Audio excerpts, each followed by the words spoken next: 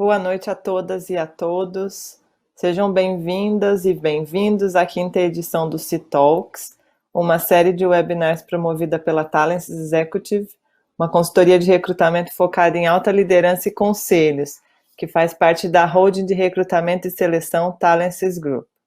Para os que estão aqui pela primeira vez, o C-Talks é um projeto voltado para a discussão de temas factuais que envolve C-Level das organizações. E a cada edição são convidadas e convidados especiais que discutem temas relevantes com base em fatos e dados extraídos de pesquisas de mercado. As edições anteriores são disponibilizadas através dos sites www.ctalks.com.br. Meu nome é Priscila Claro, eu sou professora associada no INSPER e eu trabalho com esse tema de sustentabilidade e ESG desde 1998, quando eu comecei a realizar pesquisa e trabalhar também com atividade de ensino relacionados a esses temas, né? E temas não só em organizações com fins lucrativos, mas também em organizações sem fins lucrativos. Eu fico muito feliz com o convite para mediar esse encontro hoje, que, na verdade, vai ser um prazer participar, não só mediando, mas também escutando as pessoas que foram convidadas para participar dessa discussão, que vai durar aí por volta de 1h30. Né? O tema de hoje é os impactos de ESG na atração e retenção de profissionais nas organizações. E antes da gente começar a falar desse tema, eu vou apresentar para vocês a agenda e os convidados, mas, em primeiro lugar, eu queria agradecer esse convite, né, para estar com vocês e agradecer isso ao nosso anfitrião, Luiz Valente, que é o CEO da Talents Group, que vai estar com a gente aqui durante essa discussão também e vai apresentar a pesquisa que foi realizada. Então, a agenda de hoje eu vou apresentar primeiro e, na seguida, falarei um pouco sobre nossa convidada e convidado especial. A pesquisa, né, a primeira parte dessa nossa discussão vai ser a apresentação da pesquisa. Essa pesquisa foi realizada pela Talents Executive nesse mês, e 201 executivos foram ouvidos, executivos e executivas de alta liderança de organizações de diferentes portes e setores que trabalham em todo o Brasil. Tá? Então, a ideia é que a partir da apresentação dessa pesquisa, a gente consiga bater um papo com a Denise Rios, que iniciou sua carreira como trader, trabalhou com investimentos, modelagens de novos negócios, produtos financeiros, educação financeira e inovação, começou sua jornada de sustentabilidade no Itaú Unibanco, assumiu a presidência da Rede Brasil do Pacto Global e atualmente é Global Sustainability Director na Natura. Boa noite, Denise, seja bem-vinda. Também muito gostaria de dar as boas...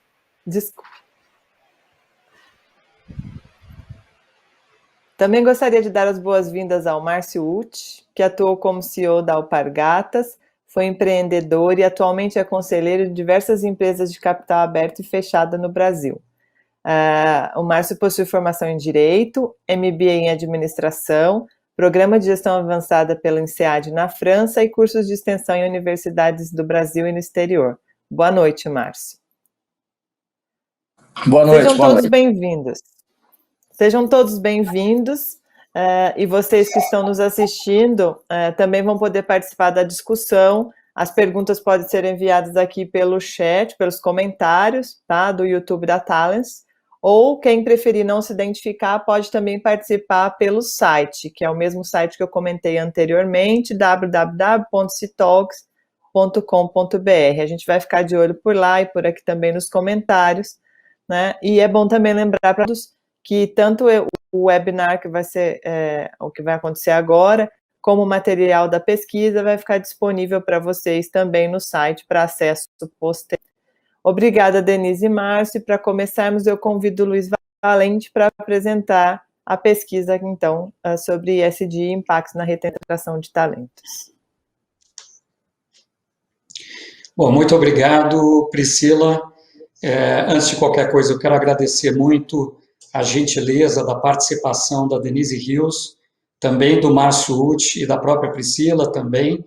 Quero agradecê-los por aceitar o nosso convite para esse bate-papo. Acho que vai ser algo bastante bacana e rico de informações aqui para todas as pessoas. Bom, nós realizamos a pesquisa sobre ESG e os impactos na retenção, na atração e retenção de profissionais, essa pesquisa, nós podemos passar o slide, ela aconteceu em janeiro de 2021, né? Nós tivemos 201 respondentes, podemos seguir? Podemos seguir o slide? E quando nós olhamos o nível hierárquico, 68% dos respondentes eram diretores, 4,5% vice-presidentes, 7% presidentes de empresa, 7% de conselheiros e 13% de empreendedores proprietários de negócio. Podemos seguir. E quando olhamos o setor de atuação das empresas, 32% em serviços, 27% em indústria, 11% em bens de consumo, depois tecnologia, terceiro setor e outros setores, compondo aí 16%. Então, a primeira pergunta que nós fizemos para esses respondentes, e eu vou tentar me policiar aqui, pessoal, de ir bem cadenciado, num ritmo mais pausado, para que a nossa tradução de Libras funcione bem, que a gente consiga transmitir aqui a informação. A primeira pergunta foi qual o porte da empresa por número de funcionários. E 60% dos respondentes são de empresas de grande porte, 21% de médio porte, 11% microempresa e 8% de empresas de pequeno porte. E qual a composição do capital? A maioria das empresas respondentes são empresas de capital fechado, 74%, seguido de empresas de capital aberto, com 23%, e misto, 3%.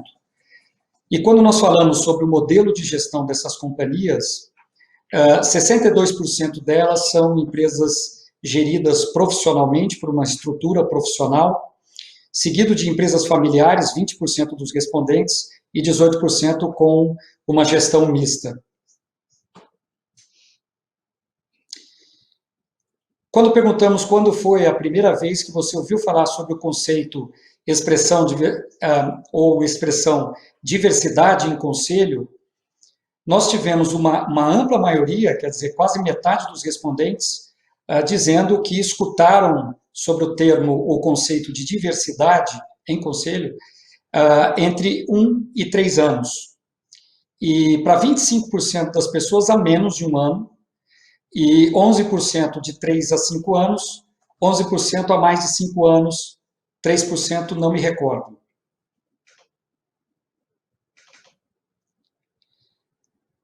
E quando perguntamos, na sua opinião, de onde vem a maior parte da pressão para as organizações estruturarem agendas de ESG? 28% responderam que a pressão vem de acionistas e investidores, para outros 28%, sociedade engajada de forma em geral, 21% obrigações regulatórias de determinados investidores ou setores de atuação, 19% liderança da própria empresa e 4% colaboradores da própria empresa. A empresa em que atua possui uma agenda de ESG estruturada? 37% responderam que não, 25% responderam que sim, e 30% que possui ações temáticas de ESG, mas de forma descentralizada. E há quanto tempo a empresa em que atua possui uma agenda de ESG? Para 53%, entre 1 a 5 anos, para 29% dos respondentes, menos de um ano, para 14%, mais de 5 anos, e 4% não tinham essa informação. Quando perguntamos qual a área é responsável por cuidar desse tema dentro da empresa, 29% dos respondentes disseram que esse tema é liderado diretamente pelo CEO da companhia. Para 27%, há um comitê formado por líderes de diversas áreas, 17% pela área de sustentabilidade, 7% por recursos humanos, 5% por áreas ligadas a operações, como compra, supply, manufatura, 3% por finanças, 2% por comunicação institucional, 2% pela área jurídica, 1% comercial, 1% marketing e 7% por outros. Quando perguntamos se você acredita que ter uma atuação consistente com ações de ESG é benéfico para as organizações de forma geral, 6% disseram que sim, 3% responderam que não, e 11% acreditam que é benéfico, mas em partes. E quando perguntamos quais são os três principais, três aspectos positivos que você considera mais importantes em ter uma agenda de ESG estruturada dentro da organização. Para 63%, os três aspectos positivos: geração de valor de mercado para a empresa, 50% responderam ganhos da imagem e reputação da empresa, e 40% sustentabilidade e perenidade da organização. Quando perguntamos se você acredita que ter uma agenda de ESG influencia positivamente na atração e retenção dos profissionais de determinada geração, 53% dos respondentes disseram que sim, principalmente geração Z. 38% sim, mas não necessariamente de uma geração específica. 22% sim, principalmente em relação à geração Y. 10% não acredito que tenha correlação com a geração. 6% sim, principalmente em relação à geração X. E 4% sim, principalmente em relação à geração Baby Boom. Quando perguntamos como ter políticas e ações de ESG podem contribuir para o desafio de atração e retenção de profissionais, 78% responderam que através de convergência de valores pessoais com as organizações. Para 57%, as políticas e ações contribuem com relação de confiança com a empresa, e 45% com questão de impactos no clima organizacional de uma forma em geral. Quais são os três principais desafios para implantar uma agenda de ESG nas organizações? Para 72%, falta de liderança, falta de prioridade da alta liderança. Para 62%, dificuldade de avaliar e mensurar indicadores de ESG. E para 30%, falta de budget e orçamento para ter essa agenda de ESG. De uma forma geral, você acredita que as organizações no Brasil ainda são pouco estruturadas em relação ao conceito de ESG? 87% dos respondentes disseram que sim, que as organizações no Brasil são pouco estruturadas em relação ao conceito. 3% disseram que não, e 10% disseram que em partes. E se você acredita que os efeitos da pandemia Covid-19 podem acelerar a implementação deste tema nos próximos anos, 48% responderam que sim, 23% disseram que não, e 27% disseram que em partes, efetivamente acelerou em partes a implementação deste tema. Priscila, deixo com você para a gente dar sequência aqui no nosso bate-papo. Ótimo, obrigado. Interessante notar que essa pesquisa levanta pontos que podem ser trabalhados, né, tanto oportunidades, riscos, em relação ao mercado brasileiro e o que pode ser feito a respeito do tema ESG. Né? Mas antes da gente começar essa discussão, tem um tema aí que eu acho que chama, né, bastante atenção, que é esse dado de que metade dos respondentes afirmaram ter ouvido sobre o termo ESG pela primeira vez nos últimos 1 ou 3 anos, né, super recente. E quem está trabalhando com esses temas há algum tempo, sabe que esses temas não são tão novos assim, né? Na verdade, a gente tem aí informações de que temas relacionados com outros nomes, é óbvio, já eram discutidos no ambiente acadêmico, no ambiente empresarial, fora do Brasil especialmente, mas também no Brasil depois da década de 80 e fora do Brasil desde a década de 50. Né? Então, a primeira pergunta que eu gostaria de fazer, para começar esse debate aqui, é sobre o significado de ESG. Né? Queria perguntar primeiro para a Denise, se ela pode explicar o que ESG significa e por que só agora está tão em evidência no mercado brasileiro. Denise, podemos começar por você, por favor?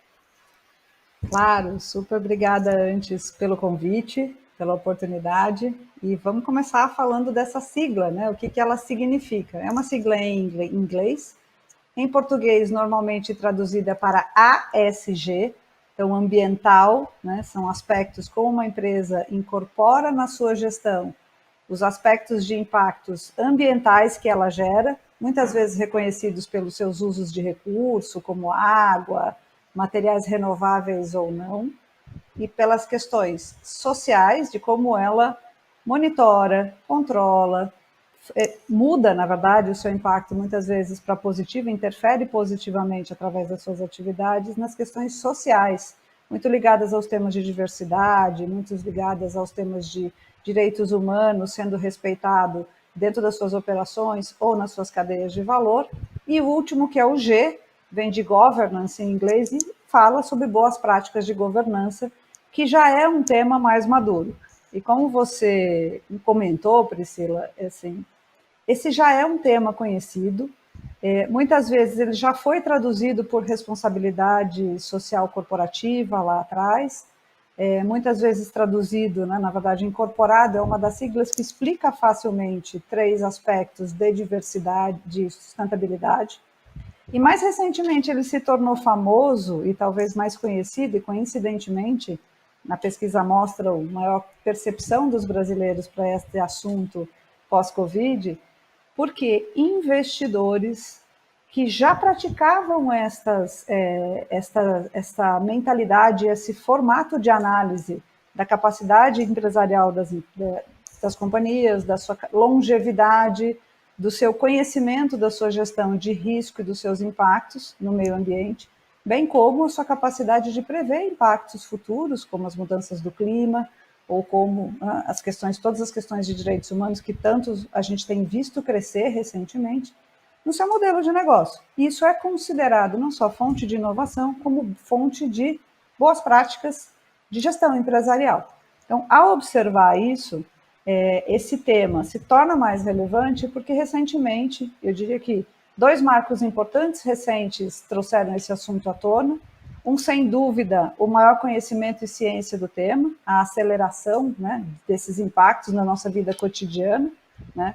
Então, muitas pessoas começaram a ter mais contato com isso através desse conhecimento, mas por uma famosa carta, né, de Larry Fink, por exemplo, que 2 anos e pouco atrás, um dos maiores, na verdade, o maior fundo de investimentos do mundo, enviou a todos os CEOs, dizendo que ele passaria a considerar esses aspectos na tomada de decisão sobre aquilo que ele consideraria bom investimento, inclusive na recomendação para as pessoas. 2 anos antes, o Princípios para o Investimento Responsável lançou um material, né, um paper, disse em inglês, mas na verdade uma carta, que explica sobre o real dever fiduciário dos grandes advisors, né, as pessoas que fazem a consultoria e recomendação de investimento, de alertar os investidores para que eles investissem em ativos que promovessem um futuro que, além de eficiente financeiramente, fosse capaz de dar espaço para que a gente possa viver. Esse é também um material memorável e 2 aí grandes movimentos, um mais específico de sustentabilidade, um mais conhecido por, digamos, né, por todos nós, por um público comum, por ser um investidor, digamos, do mundo mais tradicional, que fez esse primeiro movimento. E aí a gente vem. Mas esses assuntos vêm aparecendo, seja no mundo econômico, entre os 10 riscos mais citados pelo World Economic Forum, 7 têm a ver com as questões de sustentabilidade e de ESG. Esses riscos, 10 anos atrás, traduziam preponderantemente riscos econômicos ou riscos de impacto financeiro. Então, o que a gente vem percebendo é que, efeito do nosso crescimento de populacional, da nossa participação como pessoas no planeta, a gente vem lidando com novas realidades desse impacto e as empresas não são imunes a isso, pelo contrário, elas são, na verdade, grandes vetores de transformação positiva. Então, é por isso que, mais recentemente, a gente, como pessoa comum, começou a ouvir falar que pode até investir, né, os nossos recursos e que a gente deveria pensar nisso e, afinal, o que isso é diferente. Então, o ESG saiu da página do caderno especial de sustentabilidade e ganhou as primeiras páginas do jornal, as revistas mais comuns e as nossas conversas aqui. E isso é muito bom. Muito bom. Muito bom.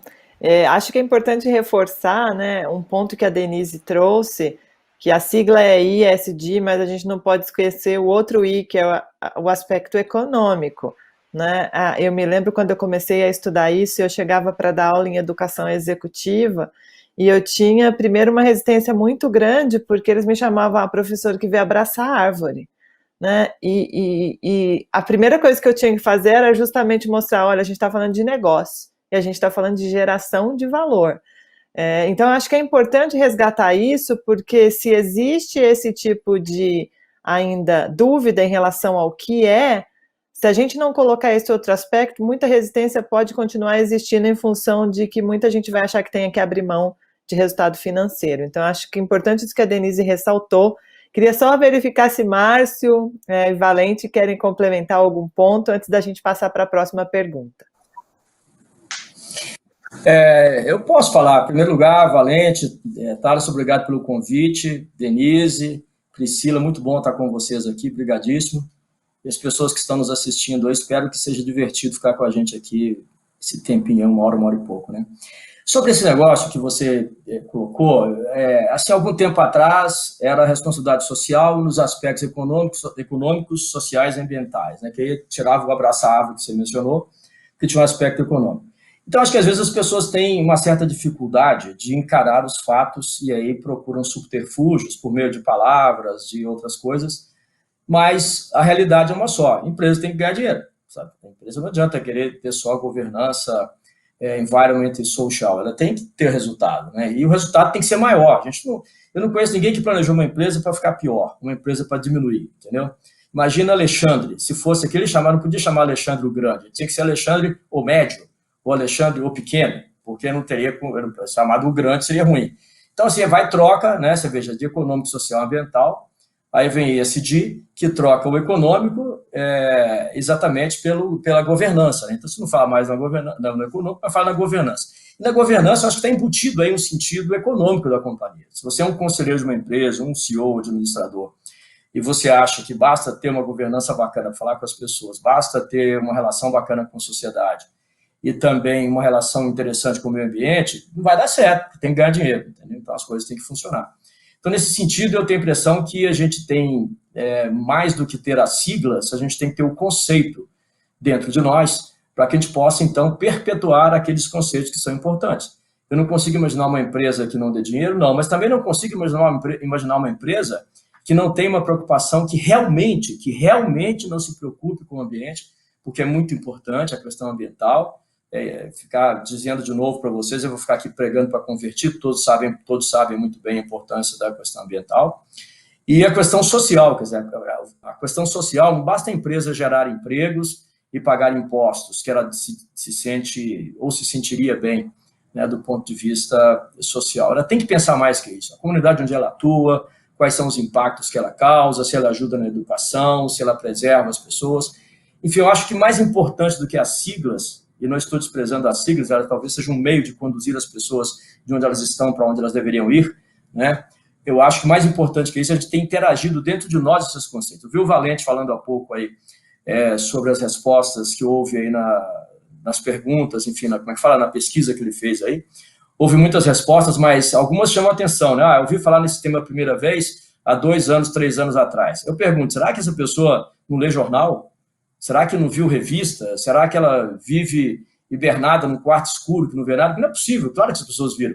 As pessoas, às vezes, sentem falta porque não tem um departamento de ESG dentro da companhia. Minha opinião, não deveria ter mesmo, entendeu? Assim, não tem um departamento de lucro dentro da companhia, porque o lucro tem que ter. As pessoas têm que dar lucro. Não tem um departamento de almoço na companhia. A pessoa está com fome, tem que almoçar. Ela sabe disso. Assim como não deveria ter um departamento para cuidar de governança, de social e ambiental. Tem que estar interagindo de tal forma dentro das empresas, dentro da companhia, difundido dentro da companhia, para que todo mundo, ao tomar uma decisão, ou fazer uma escolha de um projeto, de um investimento, ela pense, esse negócio tem que dar lucro, esse negócio tem que ser bacana ambiental, tem que ser bacana social, tem que ter governança e assim por diante. Então, era esse o ponto que eu queria comentar aí. Muito bom. Quando o Márcio fala, né, dessa... Vamos lá, Luiz. Pode falar. Priscila, eu ia só talvez fazer um comentário aqui, posicionando um pouco, né, dessa questão do ESG e complementando também aquilo que a própria Denise comentou, né, também que o Márcio acabou comentando, que acaba que a abordagem, né, e vários conceitos que foram absorvidos pelas siglas aí de ESG, elas vêm de muito tempo, né, e vem a origem, como a Denise comentou, vem lá também das décadas de 50, 60 e 70. Parte dessas abordagens estão relacionadas a episódios como a própria Guerra do Vietnã e como o próprio a pressão financeira contra o apartheid na África do Sul, né? E a meu ver, o conceito ele acabou ganhando mais relevância nesses últimos anos, se nós podemos dizer, principalmente nos últimos, talvez, 10 a 15 anos, né?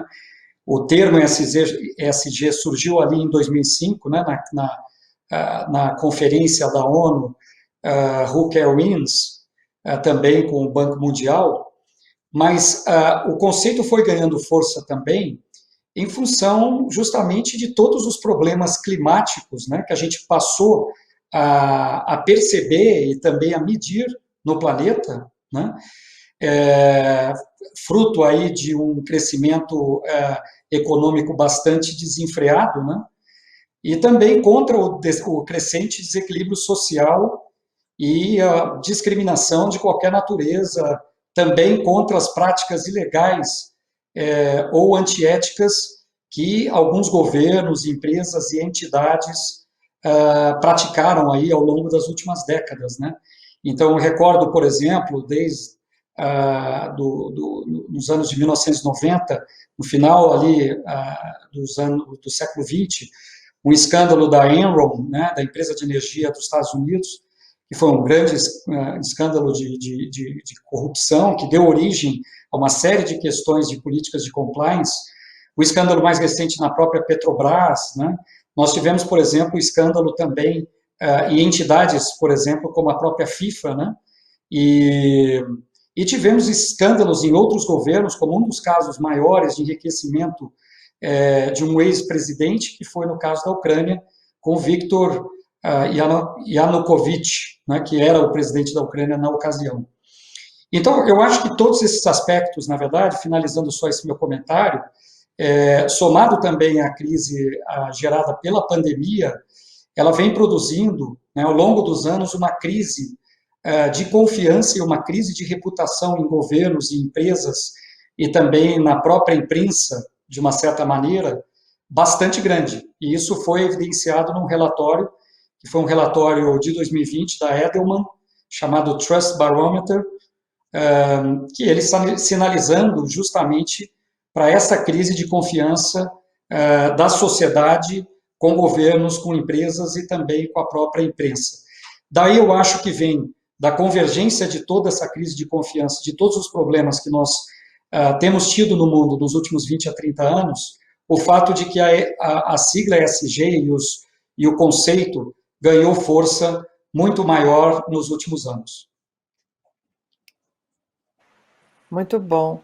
Enquanto o Valente falava, eu lembrei de uma pesquisa que a gente fez justamente nesse sentido, de entender, não usando o conceito ESG, mas usando o conceito de sustentabilidade, quais eram os motivadores ou drivers para a consideração da sustentabilidade nas estratégias das organizações, né? E o Luiz bem colocou aí, acidentes, escândalos, crimes corporativos, mas tem um aspecto também de mudança na regulação, de mudança em leis, em normas, tem a questão também da mudança tecnológica que acaba trazendo isso mais para perto, e sem falar também na mudança do comportamento do consumidor. A gente costuma falar, né? O consumidor dita muitas mudanças nesse sentido, apesar de ainda existir um gap enorme entre o que ele gostaria de fazer e o que ele faz de fato quando ele vai lá e compra, né? Na pesquisa que a gente acabou de escutar, um dos motivadores ou dos drivers mais relevantes para que a empresa se engaje no ESG ou na agenda de ESG parece ser o engajamento da sociedade e comportamento de acionistas e investidores, que é interessante porque pesquisas anteriores em relação a esse tema, normalmente acionistas e investidores não apareciam, estava lá no fim da lista, né? Então, acho que isso mostra mesmo uma mudança significativa, porque a gente sabe que acionista e investidor, de alguma forma, tem tanto ou mais poder até do que o consumidor. Qual que é a sua leitura a respeito disso, Márcio? Olha, eu acho que o dono do capital, né, acionista investidor, ele tem sempre o poder de escolher onde ele quer aplicar o capital dele, que retorno ele espera para que as coisas funcionem, né? Eu não acho que ele tenha perdido poder, nem acho que ele ganhou poder. Eu acho que ele observou determinados comportamentos que valorizam mais o retorno da empresa. Então, assim, se eu observo que se eu me ligo mais em determinados comportamentos, em determinados caminhos, que eu tenho um retorno melhor do meu capital, isso não afeta o meu raciocínio, a minha estratégia, eu vou para lá, certo? Então, assim, olha, as empresas que estão dedicando a isso têm um reconhecimento maior da sociedade, são bem vistas pela sociedade, mais do que aquelas que não adotam esses princípios. Então, assim, é uma razão também econômica para que eu migre para de onde eu estou, para onde eu preciso ir, para que isso aconteça. Então, eu tenho a impressão que é um amadurecimento, mas é um amadurecimento, assim, importante, né? Sei lá, vendo no Brasil, em 1910, o Brasil era um país, o que o Brasil queria em 2010? Era um país agrário que estava ali buscando a alfabetização, melhoria das pessoas. 1950, por aí, aproximadamente, né? Todo pai queria que o filho formasse, fosse médico, engenheiro, advogado, dentista, então funcionário público, trabalhasse no Banco do Brasil, depois Petrobras, assim por diante. Depois, 1970, a época do milagre econômico, né? Os engenheiros bem valorizados. E aí eu vou ficar aqui fazendo uma digressão histórica aqui, né? Mas cada momento tem a sua necessidade. O momento nosso século, onde nós estamos agora, o momento atual, é um momento de ruptura, né? Assim, as coisas estão mudando muito mais rapidamente do que mudaram antes. Isso causa uma ansiedade muito grande nas pessoas, nas empresas. É uma sensação de você perder a oportunidade que você teve, ela passou, outra pessoa pegou, dá aquela ansiedade, aquela questão aquela questão de peso, de perda, né? Tem um excesso de informações disponíveis, qualquer coisa que você pesquise na internet em algum lugar, já tem um caminhão de informações.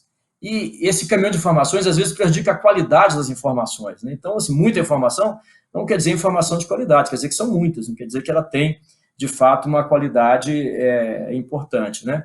Então, assim, eu acho que essa incessante, né, e essa chocante assim, circulação entre pessoas diferentes, de origens diferentes e tudo mais, isso causa, de fato, uma ruptura no modelo de negócio. Então, acho que os acionistas, acho que os investidores, os fundadores das companhias, eles têm que prestar atenção nisso, assim como lá atrás se prestou atenção que era a alfabetização, ou que era um país agrário, ou que era um país de milagre econômico. Então, assim, é importante uma adaptação ao momento que você vive. Eu não sei quanto tempo vai durar a sigla ESG, assim, sei lá, quanto tempo durou a era do downsizing, só se falava em downsizing, esse negócio acabou. Aí teve a era da reengenharia, todo lugar você fala reengenharia, ninguém fala nisso mais, já foi pro vinagre. Quer dizer, então, assim, quantas outras coisas existem hoje que não existirão daqui a algum tempo? Algumas com merecida razão, porque são bobagens, outras com imerecida razão, porque são importantes, mas, de qualquer maneira, é muito relevante que nesse momento seja assim. E as pessoas que tomam as decisões, né, elas têm que pensar que não é possível levar as coisas como sempre foram feitas, que elas são diferentes hoje. E que, portanto, ter uma sigla como essa, que vai nortear aquilo que nós vamos fazer, é muito importante, é muito relevante, né? Considerar que as coisas, algumas são inéditas, porque nunca foram vistas, outras são novas, já foram vistas, mas não foram adotadas por algumas empresas. Não tem ineditismo, mas tem inovação. Então, essa é a minha opinião. Acho que é muito importante, sim, que o poder do acionista investidor seja exercido, mas eu acho que ele sempre será exercido com base naquela pessoa que vai comprar o seu produto final. E aí, assim, me veio uma questão aqui um pouco fora da sua pergunta, mas só para complementar a minha linha de raciocínio. Então você é a favor do consumismo, tem que consumir, muitas pessoas têm que ser atendidas. Eu acho que tem que consumir mesmo, entendeu? Porque aí vem a questão, o consumo é supérfluo ou não é supérfluo? O consumo supérfluo sempre é do vizinho, não é o seu. Então, você quer a tendência de regular o consumo supérfluo do vizinho. Você vai lá, tem um conto do Machado de Assis que conta isso, né? Ele olhava lá a lixeira do vizinho para saber o que tinha havido na casa dele. Tinha garrafa de vinho, então teve festa. Não, tinha muita casca de ovo, acho que fez bolo, entendeu? Isso na época dele, 1850, por aí. Então, assim, ele vigiava o lixo para descobrir o que estava acontecendo lá dentro. Eu acho que é mais ou menos isso, quer dizer, a gente tem que olhar, assim, o consumo ele pode ser supérfluo, ele pode ser um consumo de bens posicionais, ele pode ser um consumo aparente, eu quero andar com uma sacola transparente para mostrar que lá dentro eu tenho coisas de marcas que eu comprei para mostrar o meu poder, né? Eu quero comprar um carro bacana para mostrar um bem posicional, ou é um consumo essencial? O fato é que a tendência nossa de julgar o consumo como não essencial, em geral, é o consumo dos outros, não é o nosso. E por isso, como quem compra nossas coisas somos nós não achamos que nós somos consumidores de bens não essenciais, o consumo vai sempre crescer. E, de novo, é o poder do consumidor de dizer de quem ele compra, o que ele compra. E acho que ele vai valorizar, sim, essa questão do ESG de empresas que, de fato, entregam e garantem aquilo que foi feito. Era isso. Muito bom. Eu só queria comentar, né, nos últimos 10 anos, eu diria que 80% dos trabalhos acadêmicos de pesquisadores de grandes escolas de negócio tentaram mostrar que fazer o bem, no sentido ambiental e social, também faz bem para o bolso do acionista. Né? Então, eu acho que talvez isso seja... e óbvio que a gente faz isso, essas pesquisas, com dados das empresas que estão aí, né, no mercado fazendo isso acontecer. Então, eu acho que talvez a gente esteja num momento de maturidade onde o acionista percebeu, olha, não é custo, né? Isso aqui é investimento, isso aqui vai gerar algum tipo de valor em algum momento. Denise, é isso mesmo? Os acadêmicos mostram isso e você, né, eu sou fã, né? Eu falo assim, nossa, no mesmo debate que a Denise, eu sou sua fã desde sempre, né? Acompanhei sua trajetória e muitas das coisas que vocês discutiam em empresas, às vezes eu estava por perto ali, gerava questão de pesquisa. Olha, vamos ver se isso é generalizável. Então, é isso mesmo? A empresa percebeu que tem, de fato, impacto econômico-financeiro fazer a sustentabilidade de forma estruturada? Eu acho que, falando em pesquisa, e começando de onde você pegou, primeiro, Priscila, obrigada. Eu acho que, vindo do setor financeiro, trabalhando 30 anos no setor financeiro e só os últimos 10, 12 nesse tema, dá para dizer que sim, porque, de verdade, as coisas não são dissociadas. O que acho que mais recentemente a gente viu como efeito desses trabalhos acadêmicos, talvez antecipassem essa tendência, e que hoje está virando evidência estatística, é que quanto melhores práticas de gestão ela tem, melhores práticas de gestão, incluem o econômico, como muito super bem disse, tá?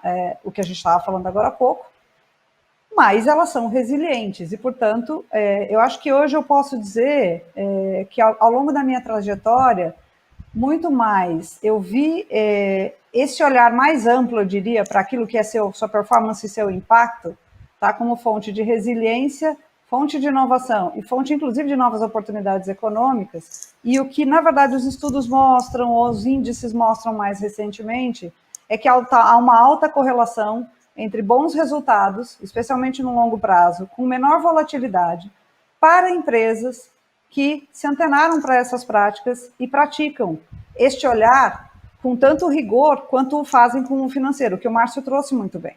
Então, de verdade, isso não é um ou outro. Acho que a era em dizer que ou é você sustentável ou é rentável é uma era ruim. Tá? É uma era de aprendizado, uma era onde a gente... Eu talvez vou repetir aqui algo que eu ouço de um dos fundadores da Natura, eu não consigo imaginar negócios que não sejam assim. E cada vez mais são assim. Então, hoje, é uma questão de resiliência, de capacidade de resiliência, capacidade de eficiência, capacidade, inclusive, de ser economicamente viável, você entender esses desafios no lugar onde você está operando. Não dá para uma empresa como a Natura deixar de olhar para isso.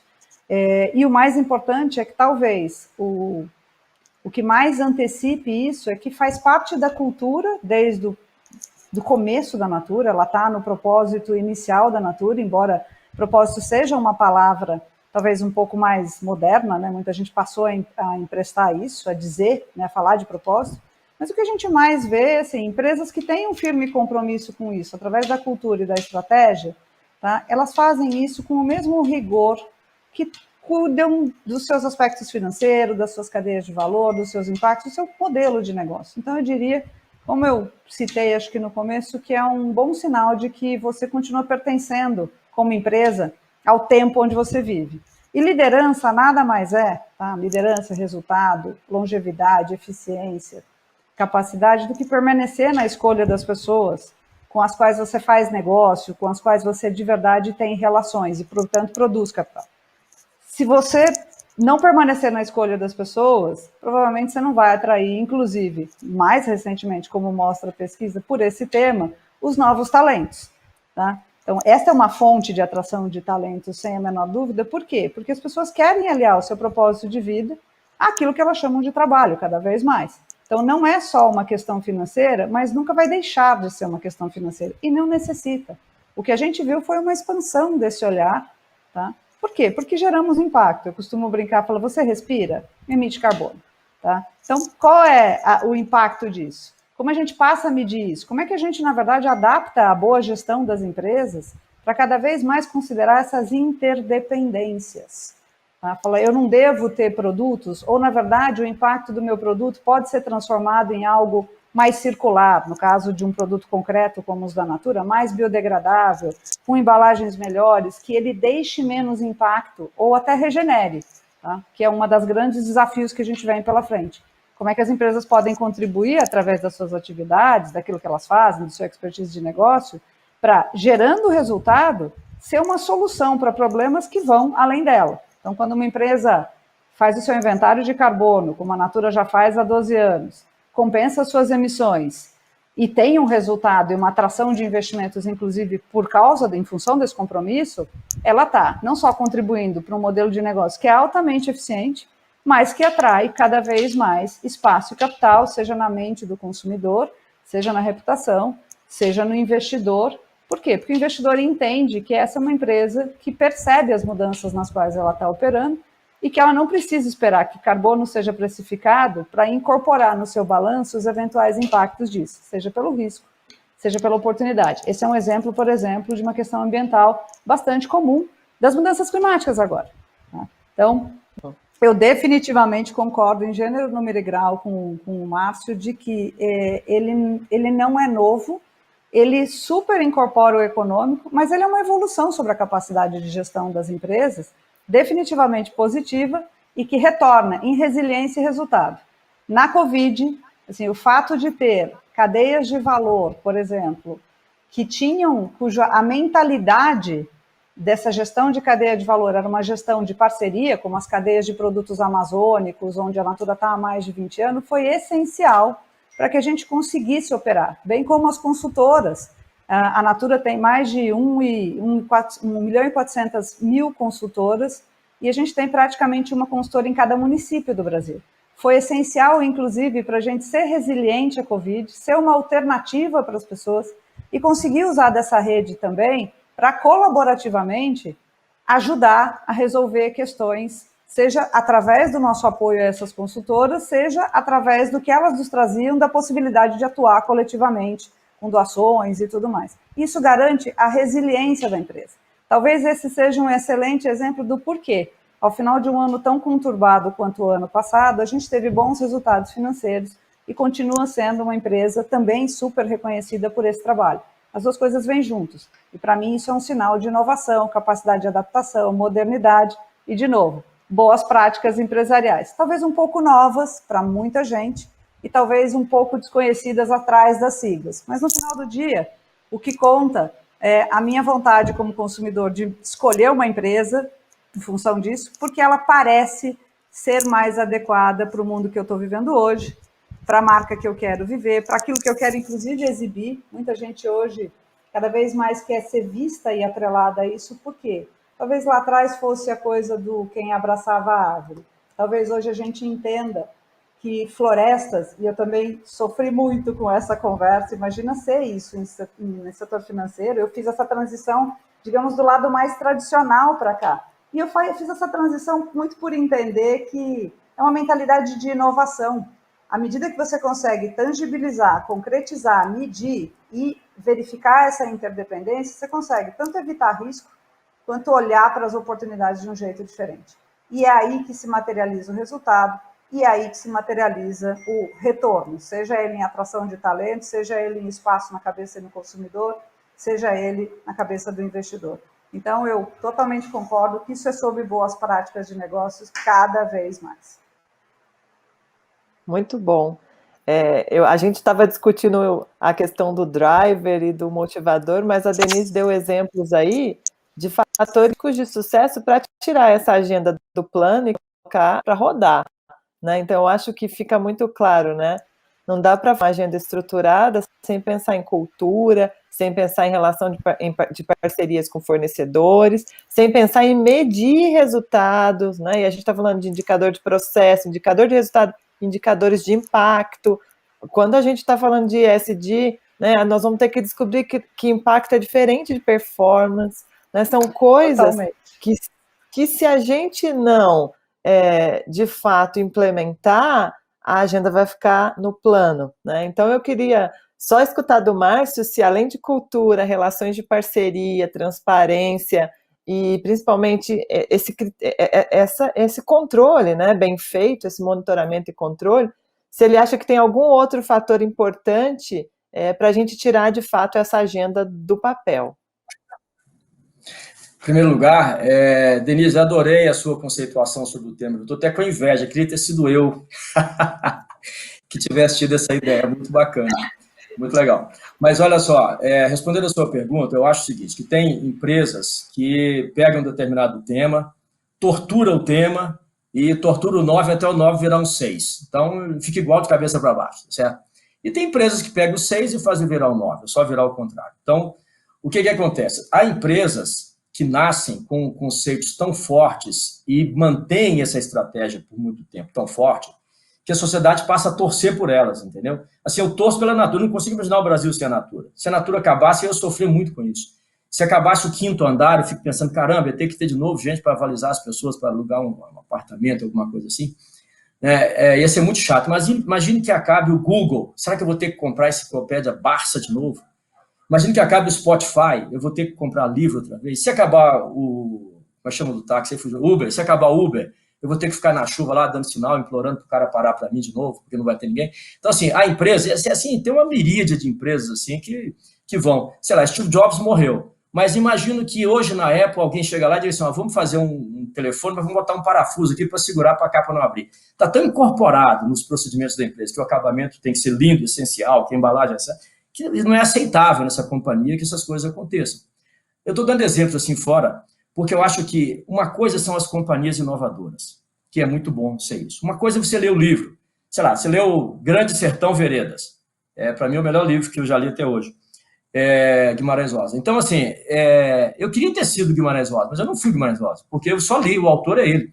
Então, acho que a empresa, quando a empresa ela é autoral, é muito melhor do que ela ser inovadora. A Natura é autoral, o 5º Andar é autoral, o Google é autoral, a Apple é autoral, a Microsoft é autoral, o Spotify é autoral, o Uber é autoral. Tem um monte de empresa autoral que, de fato, elas são autoras de um conceito, autoras de uma ideia e implementaram essa ideia.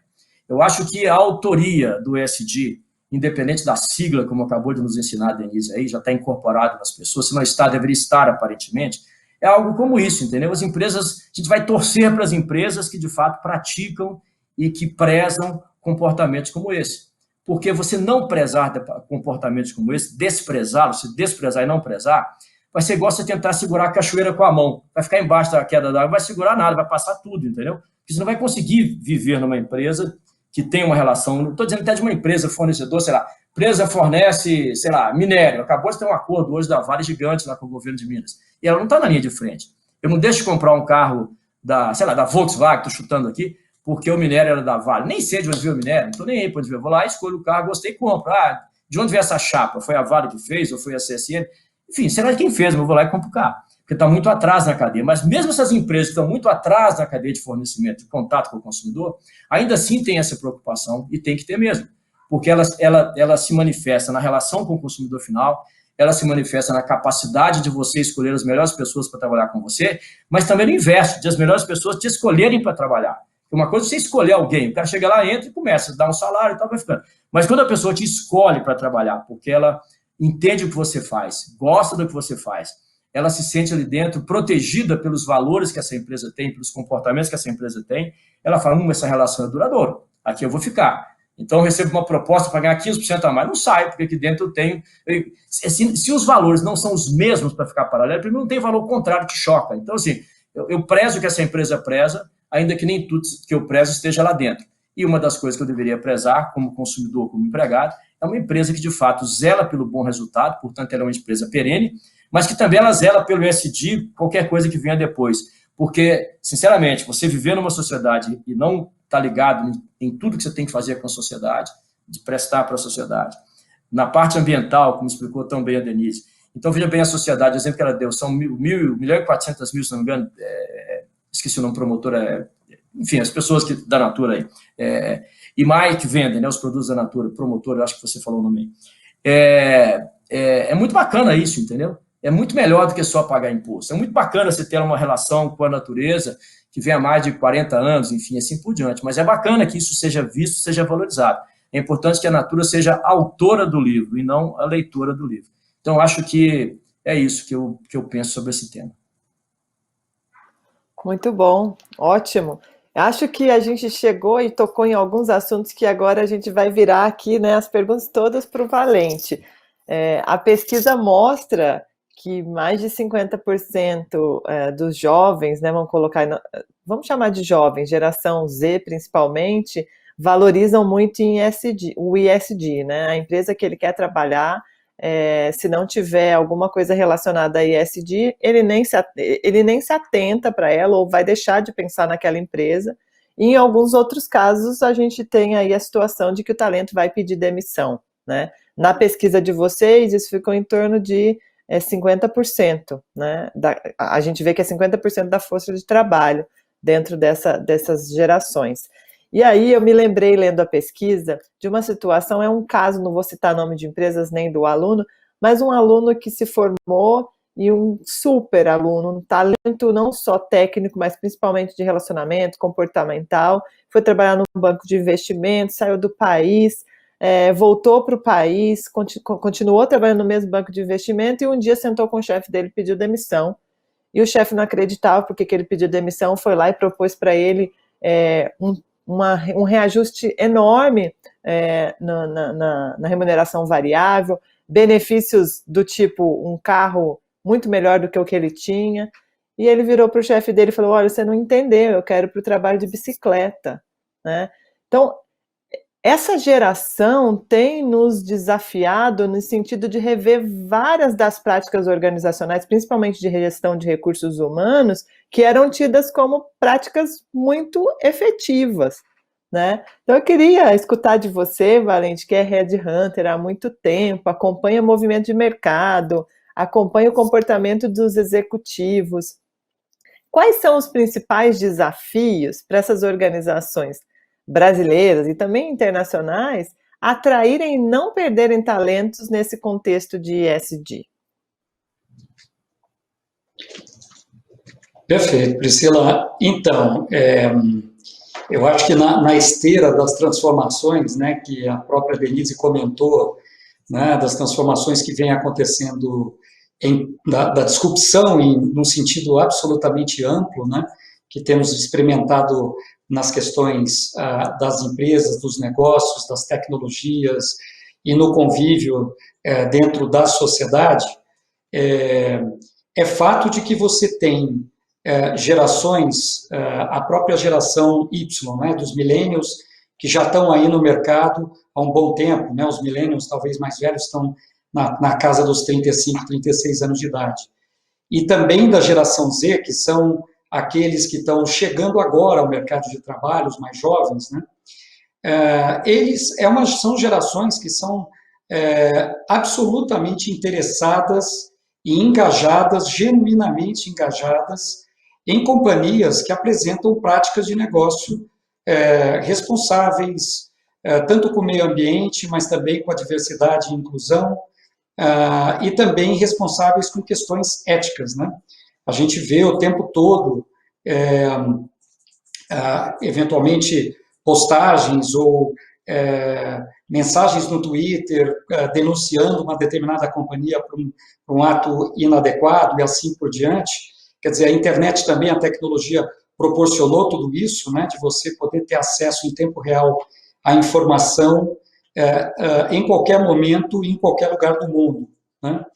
Então, além da questão dessas gerações ter essa questão do propósito, né, as empresas elas têm que efetivamente demonstrar transparência nos negócios, alinhamento com práticas sustentáveis, num sentido bastante amplo, né?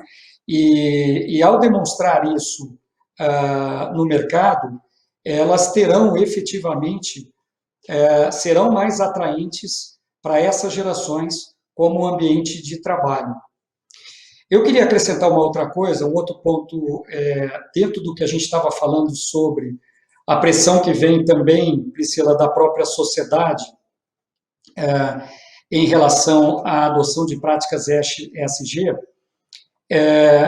existe uma outra questão em tudo isso, que é uma questão financeira também, porque, muito claramente, as empresas que não adotam práticas ESG, num futuro que já é provavelmente uma realidade em determinadas instituições, essas empresas que não adotaram práticas relacionadas ao ESG, elas terão maior dificuldade em financiar os seus projetos, né? E enrolar as suas dívidas e vender, e propriamente também vender os seus produtos, né? E essas são empresas que correm um risco reputacional, um risco de imagem maior do que aquelas empresas que adotaram práticas relacionadas ao ESG. Então, eu acho que nós estamos num momento também de transformação dessa relação da empresa com os colaboradores, a maneira como as empresas elas desenvolvem as suas estratégias de atração dos profissionais, ela efetivamente precisa ser repensada, ela precisa ser alinhada aos novos tempos e justamente ao público que essas empresas querem atrair, considerando os elementos das práticas de ESG, absolutamente considerando isso. E também eu concordo com o comentário do Márcio também, da Denise, nesse sentido, que tão fundamental quanto toda essa questão do ESG é o quanto que isso está absorvido na cultura da organização e nos valores que essa empresa pratica no dia a dia. Isso vai ser fundamental não só para a atração de novos colaboradores e os melhores colaboradores, mas principalmente para a retenção desses colaboradores, porque tão difícil quanto atrair os melhores é você efetivamente reter os melhores.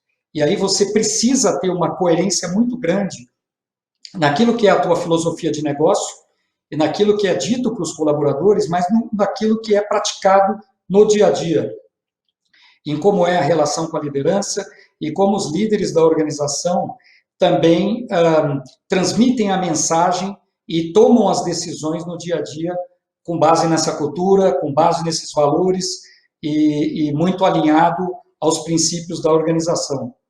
Então, eu entendo que existe um grande desafio pela frente, as empresas precisam repensar os seus modelos e nós teremos, sem dúvida, muitos desafios nos próximos anos, tanto no aspecto de atração, quanto também de retenção desses profissionais.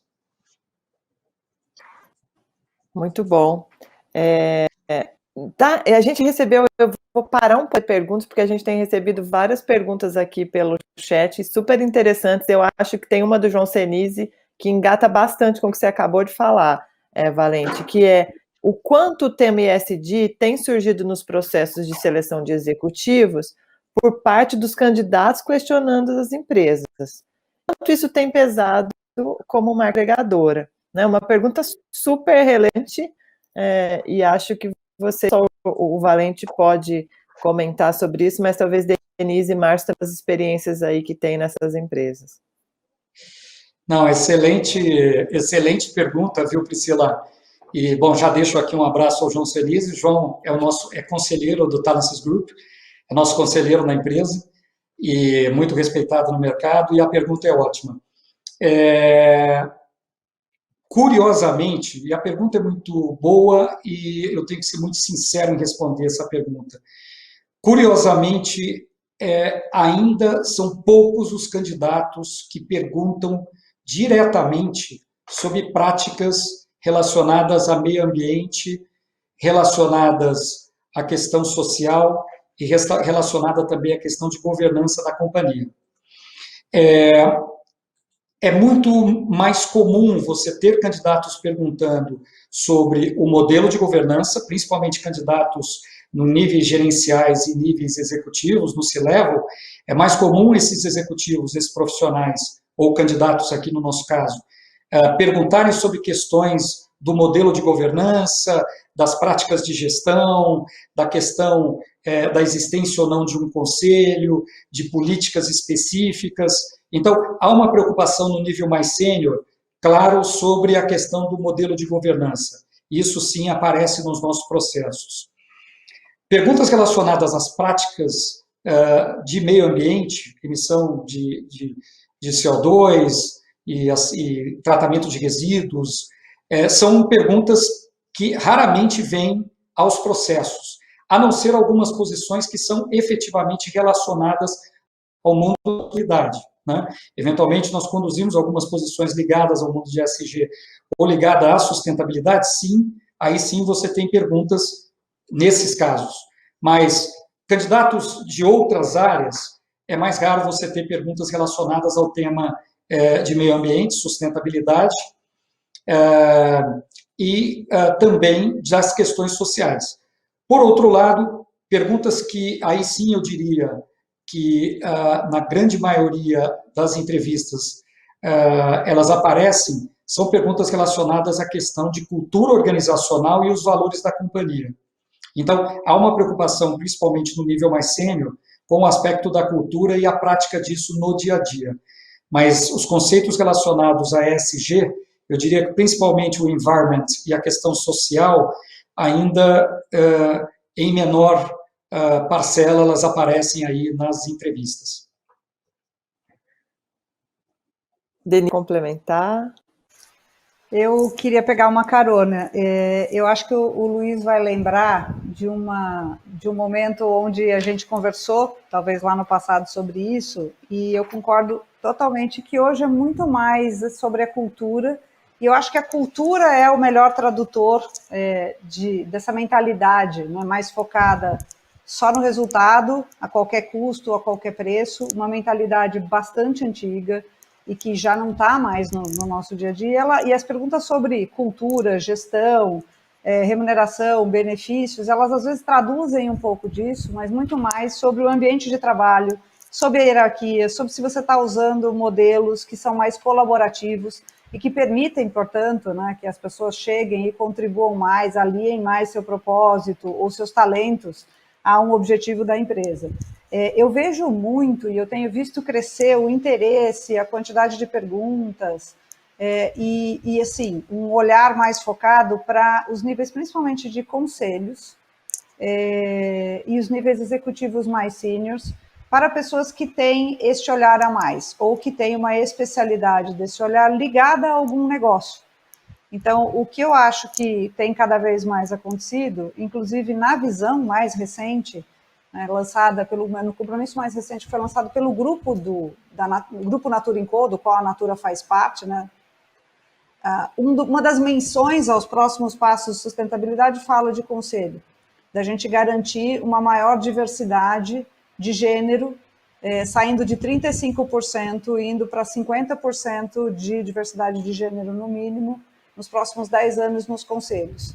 Isso se reflete também num olhar de que conselhos também precisam ser mais diversos, não só diversos no nosso caso em gênero, mas diversos em talentos diferentes para dar conta de todas essas mudanças, de todas essas questões que vão se colocar para as empresas, mas mais também para ser fonte de adaptação, inovação. E eu acho que a pergunta ela vem traduzida de outra forma, mas definitivamente não é novo o que eu vou falar. Cultura e estratégia são as duas bases da empresa, quanto ela é capaz de determinar uma estratégia, né, projetar uma estratégia e seguir nessa direção, transformando a realidade. E a cultura é a base sobre a qual nenhuma estratégia vinga se não for coerente.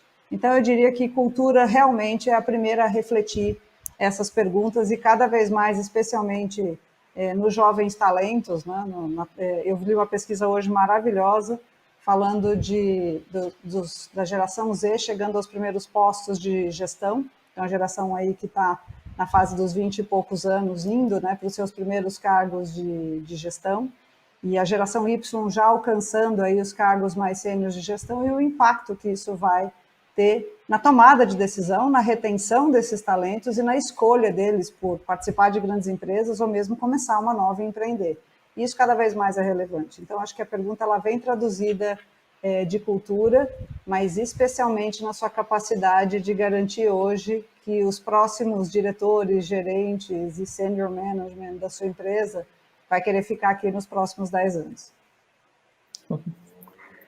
Muito bom. A gente tem várias, então eu olhei para o relógio e, como uma boa mediadora, eu vou fazer pergunta e vou direcionar, porque se eu rodar para todos nós, eu sei que todos nós teremos muito para contribuir, mas eu gostaria de responder porque são perguntas todas muito interessantes. Então, tem a pergunta do Bruno Barros dos Santos, que eu adoro esse tipo de pergunta, que ele fala o seguinte: se a sustentabilidade deveria ter o mesmo peso que a parte financeira na prática, né? De forma objetiva na prática, no sentido criar e cascatear KPIs de sustentabilidade para os times até as bases, da mesma que a gente faz hoje com resultado financeiro, ou isso deveria navegar apenas entre os drivers de times?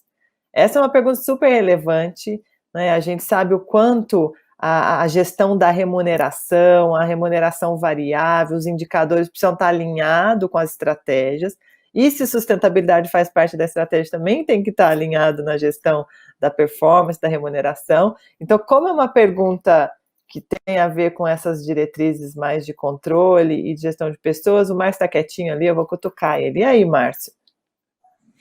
Ó, tem uma coisa que é interessante, é bíblico assim, né? É bíblico, né? Tudo não terás, né? Eu, apesar de ateu, já li a Bíblia, está escrito lá em Gênesis, tudo não terás. Então, assim, não tem jeito, você não consegue ter tudo, financeiro, sustentabilidade, tudo embutido no sistema de metas da empresa. Então, você vai ter que ter uma meta de gente, uma meta de finança, uma meta de lucro, uma meta de despesa, uma meta de SD. Vai ter 500 metas, aí cada meta vai valer 1 ponto, 0, ou seja, não tem meta. Tá certo? Vai um monte de meta que não vale nada. Então, você tem que escolher 2, 3, no máximo, metas, pelo menos é a minha opinião, que valham muito e as pessoas vão lutar por elas, e aí você vai e coloca essas metas para valer. Então, a questão de sustentabilidade tem que estar cascateada igual a financeira. Eu digo para você assim, depende, em minha opinião, pelo menos, depende de que tipo de empresa você lida com ela. Por exemplo, você está falando assim, olha, eu trabalho no hospital.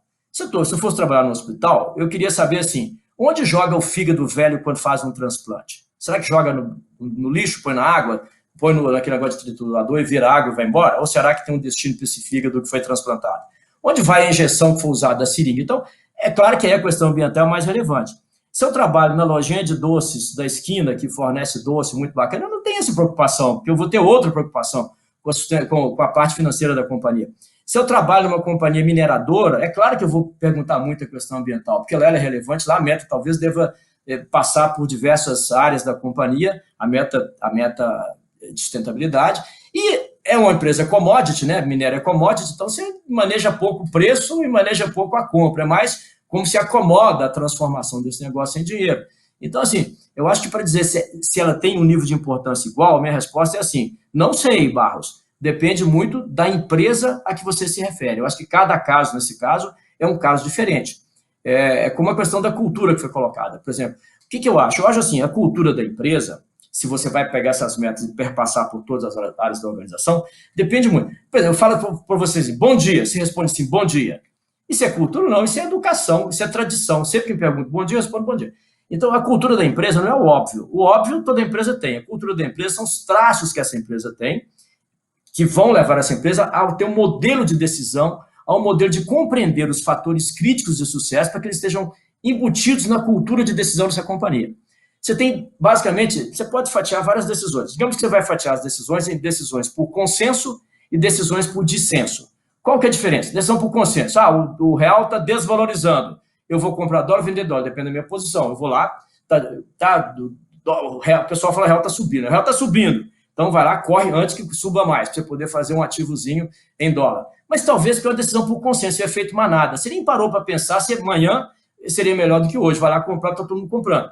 Mas é uma decisão que ela tem, por benefício dela, a rapidez de ser tomada, porque ela é consensada, é consensual, você não tem dúvida, mas ela tem, contra ela, a incapacidade de analisar, porque ela é muito rápida. Já a decisão por dissenso é uma decisão necessariamente mais lenta, porque muitas pessoas são envolvidas, discutem, blá, blá, blá, até tomar a decisão. No entanto, ela é mais sólida. Em geral, se erra menos, tá certo?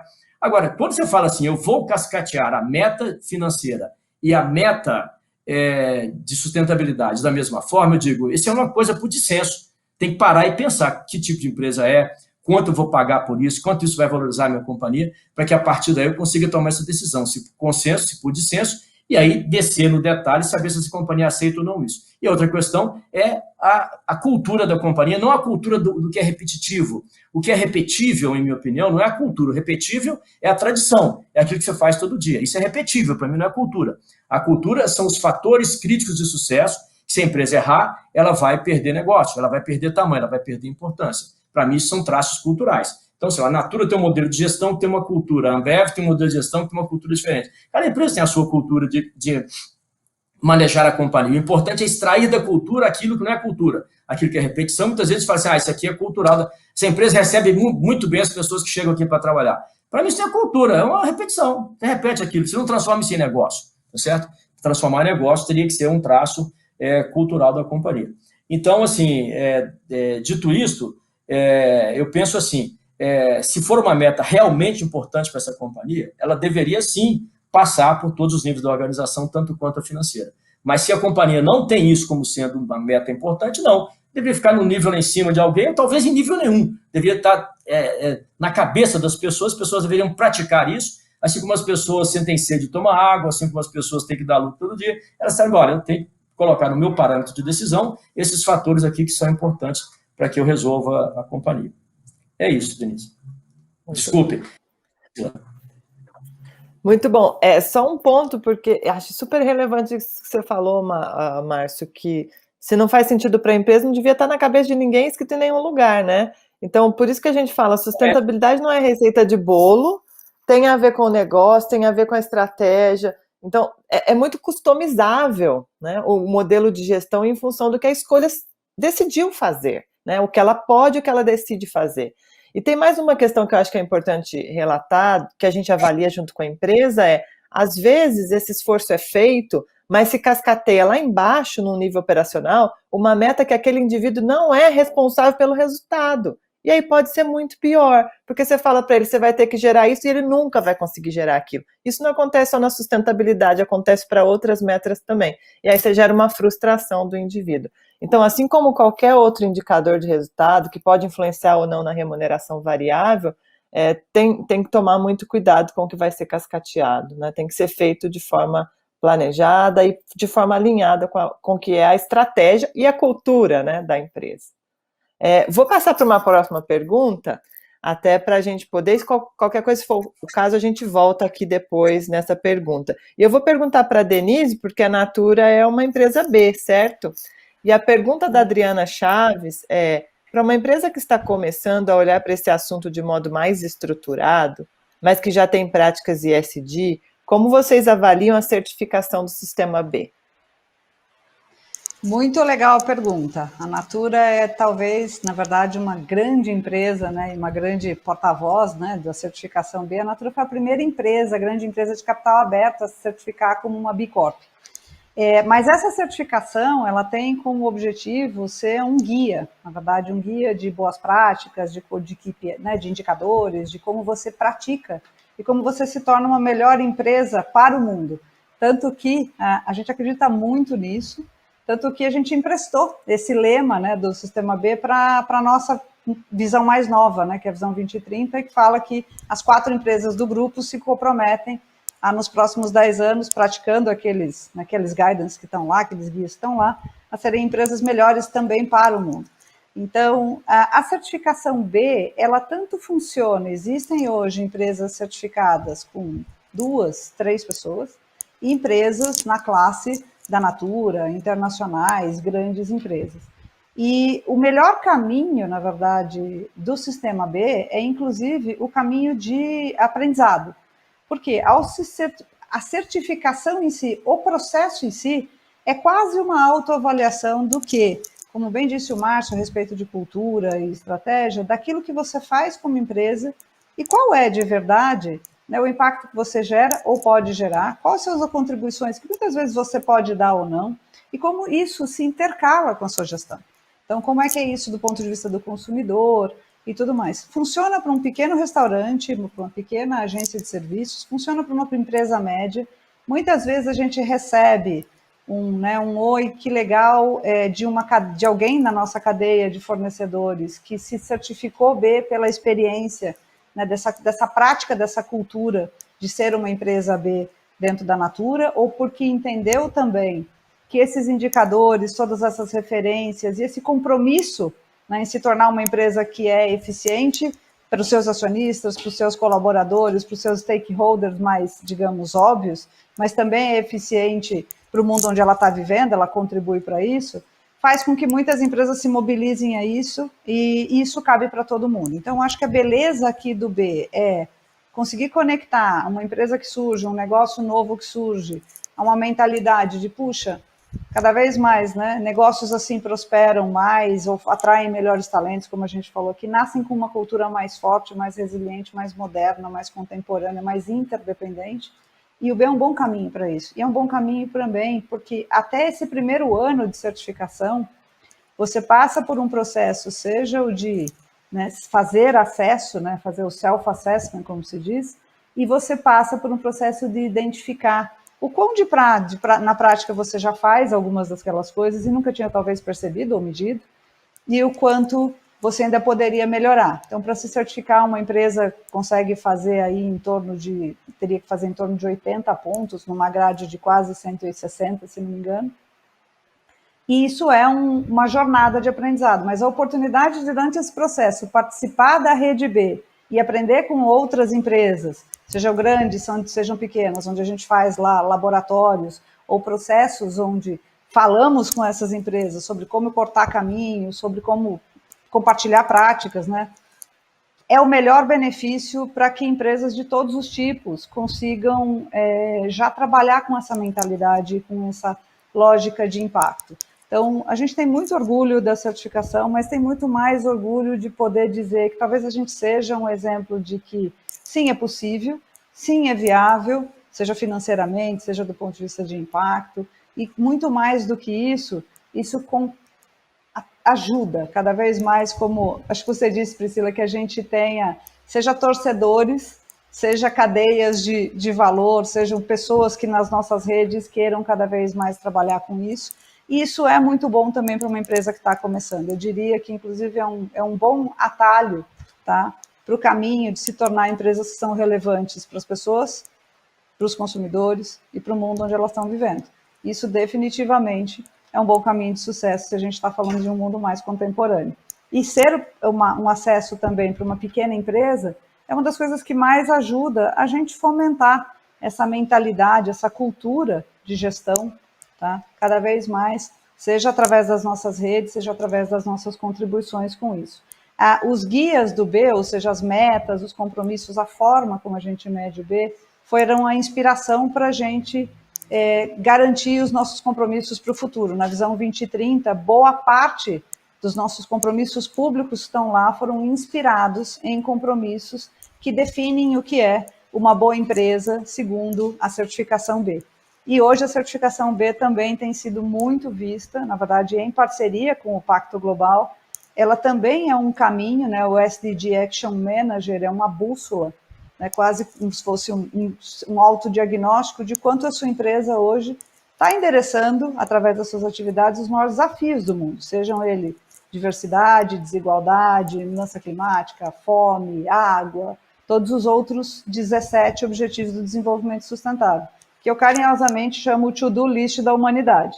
Né? Por quê? Então, essa é uma forma muito boa, muito simples, que funciona para qualquer uma das empresas, e que envolve essa disciplina de se autoavaliar e se comprometer, inclusive através da mudança do seu status social ou da incorporação desse compromisso no seu status social, em ser empresas que se comprometem não só a serem empresas boas para aquele grupo que está mais diretamente envolvido com ela, mas também que fazem negócios que são dessa transformação do mundo.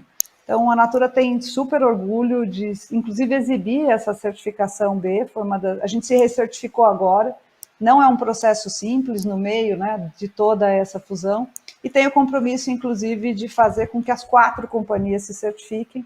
Então, a Natura já é certificada, a Aesop, que faz parte do grupo, uma empresa australiana, um pouco menos conhecida aqui no Brasil, se certificou esse ano. The Body Shop, que também é uma empresa inglesa, faz parte do grupo, se certificou o ano passado. e a Avon, que se juntou ao grupo no ano passado, deve se certificar aí já nos próximos anos. Então, isso para nós é uma maneira de inspirar e de criar até uma consciência, um padrão coletivo do que na prática a gente está falando, seja com ESG, com melhores empresas para o mundo, com compromisso com os stakeholders, mas traduzido inclusive em indicadores, em modelos de negócio, em mentalidade, em cultura, que a gente pode administrar, usar para ver se os nossos planos estão indo bem e depois obter uma avaliação que é um reconhecimento externo de que você segue aí essas que eu chamei boas práticas empresariais e, portanto, é uma empresa do coração das pessoas, né? Uma empresa que cada vez mais as pessoas querem escolher porque estão comprometidas com agendas que só coletivamente a gente pode resolver. Então, eu vejo o B como a true force for good, a gente costuma falar. Muito bom. Muito bom. A gente tem uma pergunta da Luísa Vendrúsculo e eu vou tomar a liberdade de respondê-la, porque eu acho que tem tudo a ver com o meu papel aqui. Ela pergunta: existe formação universitária voltada para ESG? Qual a certificação necessária para começar nessa área?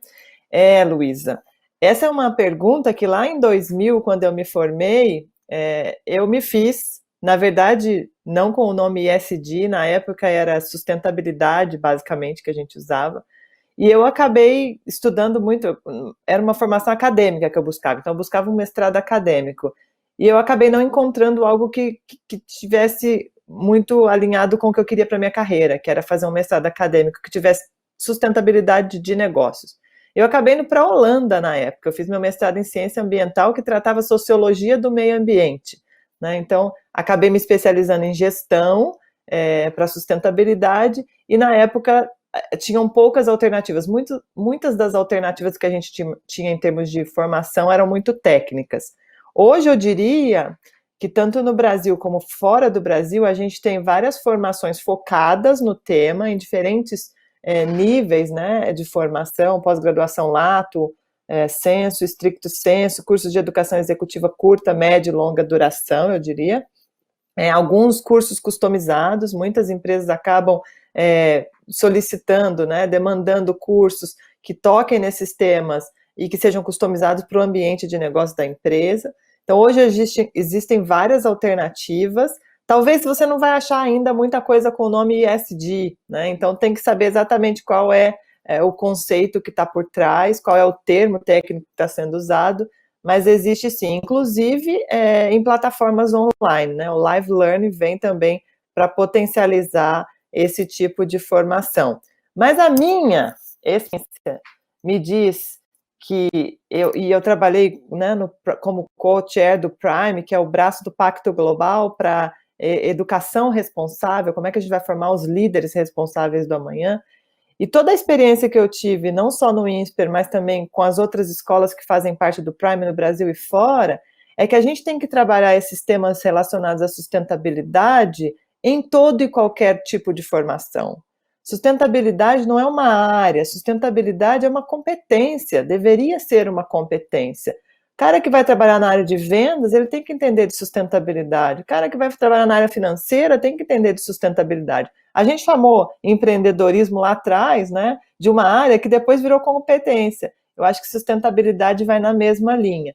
Então, o grande desafio, eu acho que hoje, para todo tipo de formação, seja ele em finanças, em pessoas, em empreendedorismo, é tentar colocar a sustentabilidade como algo que seja transversal, porque o tema de fato é multidisciplinar, né? Eu consigo pensar em vários tipos de desafios organizacionais relacionados à sustentabilidade que vão se encaixar na caixinha de pessoas, que vão se encaixar na caixinha de operações, de marketing e por aí vai. Então, isso tem acontecido em algumas escolas de negócio, né? Integrar a sustentabilidade de forma transversal. Então, eu acho que é esse olhar que a gente busca no futuro, mas tem sim algumas formações focadas. Não sei se Denise, Márcio ou mesmo Valente tem alguma coisa a complementar. Não? Bom, então eu vou passar para uma pergunta. A gente está já com 2 minutos para encerrar e a gente não quer atrasar. Eu acho que é a pergunta que a gente já tocou um pouquinho no tema, mas que eu acho que merece um pouco mais de discussão, talvez de uma resposta mais direta, né? que é o efeito ou os efeitos da pandemia. Vocês acham que a pandemia que a gente viveu, que a gente está vivendo, acelerou esse tema dentro das empresas ou se ainda vai acelerar mais? Ou quais foram os impactos, talvez, né, positivos dessa pandemia na agenda de ESG no Brasil? Minha opinião, impacto nenhum. Acho que durante a pandemia as empresas têm que ficar voltadas para outras coisas importantes. Como é que eu faço para passar por aqui? Cadê o meu mercado que diminuiu? Como que eu vou atender os clientes? Como é que eu vou reduzir, fazer home office, não sei o quê? Assim, tem na hora do... É igual aqueles filmezinhos de West Point, né? Se o cara fica lá treinando, na hora do tiro, é tiro para todo lado, é bala para todo lado. Então, acho que esses temas mais conceituais, eu acho que eles necessitam de um tempo mais... Ninguém inventa nada porque está sem tempo. O Newton viu lá, a maçã caiu, estava à toa debaixo da macieira. Ou seja, para você, de fato, ter tempo para você inventar coisas novas e fazer coisas novas, você tem que ter um ócio criativo para você pensar nisso. Então, eu não acho que a questão do ESG, que é um tema, como nós falamos aqui, embora antigo, como conceito está relativamente novo, eu não acho que, assim, enquanto tem a pandemia, eu vou evoluir no ESG. Opinião muito particular minha, pode ser que esteja absurdamente errado, mas eu acho que nos momentos de pandemia, as empresas têm outras prioridades que elas têm que se preocupar com elas, porque são urgentes. E não é que deva esquecer o ESG, mas eu acho que tem que ter um momento certo para tratar temas que conceitualmente impactam as pessoas na companhia. Tenho a impressão que isso não é um tema que seria prioridade. Se eu fosse CEO ainda, eu não estaria preocupado em dar ênfase no ESG neste ano da pandemia. Eu estaria preocupado que a empresa tivesse mercado, comprasse, vendesse, desse lucro, tivesse cliente. Eu ia estar querendo entre as empresas que dão dinheiro, não entre as empresas que ficaram perdendo tempo no momento que o tempo é curto e exigir outro tipo de ação. Bom, Denise, o que você acha disso?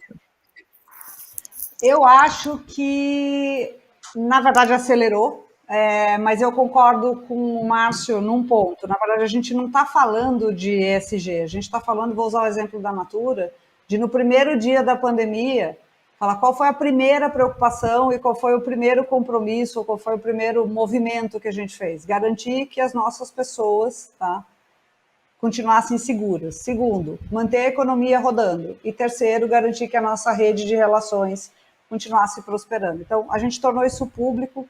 Eu me lembro que no momento da pandemia tinha um lançamento para ir ao ar, né, e a gente trocou esse lançamento por uma mensagem sobre ficar em casa, sobre ficar seguro e tudo mais, a partir do momento em que a pandemia foi se tornando muito impactante. Então, para resumir, eu acho que sim, a consciência das pessoas em relação a esse impacto aumentou, porque você está vivendo em casa, muitas vezes, com aquele lixo que você queria jogar fora e não consegue, com escassez de algumas coisas, com a dificuldade de ir e vir, né? A gente está vivendo também com notícias, seja dos golfinhos em Veneza, seja de um mundo mais limpo porque os carros não estão transitando. Então, o que mudou e o que talvez acelerou a conversa, e especialmente no Brasil, foi a consciência desses impactos. Hoje saiu, por exemplo, uma pesquisa falando quantos brasileiros do Ibope, falando quantos brasileiros entendem ou conhecem mudança climática. Quase caí da cadeira a hora que eu vi. Tá? Qual é mais importante, proteger o meio ambiente ou o desenvolvimento econômico? 77% dos brasileiros, segundo essa pesquisa, consideram mais importante proteger o meio ambiente. Então, na verdade, isso não é um contraponto ao desenvolvimento econômico, mas é uma aceleração da consciência de que essas coisas são interdependentes. De que se a gente faz negócios de responsáveis que não cuidam ou que não dão conta, de como eu, por exemplo, uso água e devolvo esses resíduos para o meio ambiente, isso impacta não só a qualidade dos meus produtos, mas a viabilidade da gente ter acesso à água como uma sociedade.